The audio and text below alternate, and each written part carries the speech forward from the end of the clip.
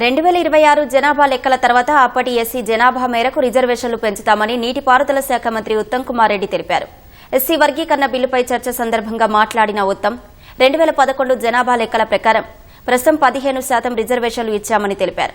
SC రిజర్వేషన్లో creamy layer అమలు చేయాలని commission సిఫారసును cabinet sub committee తిరస్కరించినట్లు తెలిపారు.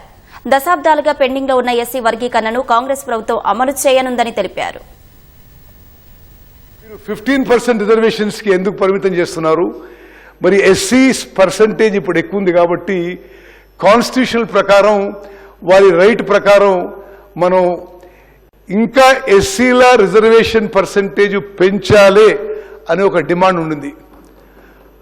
మా కేబినెట్ సబ్ కమిటీ రికమెండేషన్ మేరకు మా కేబినెట్ ఆమోదం తెలిపి ఎస్సీల పర్సంటేజు 2011 సెన్సెస్ తీసుకొని ఇప్పుడు 15%కి ఫిక్స్ చేయడం జరుగుతుంది. ఇప్పుడు అన్ని సంకేతాల మేరకు as per all indicators available now it has probably increase to 17.5%. 2026లో వచ్చిన సెన్సెస్ వెంటనే ఎస్సీస్ పర్సంటేజ్ ఎస్సీస్ పాపులేషన్ పర్సంటేజ్ ఎంత పెరిగితే అంత ఆ పర్సంటేజ్ ప్రకారం తెలంగాణ రాష్ట్రంలో అమలు చేయబోతున్నాము అనే విషయం కూడా మరి మా కేబినెట్ ఆమోదం చేసి మరి అది ఆ రిపోర్ట్లో కూడా మరి పొందుపరిచిన విషయం కూడా మనం చేస్తాం.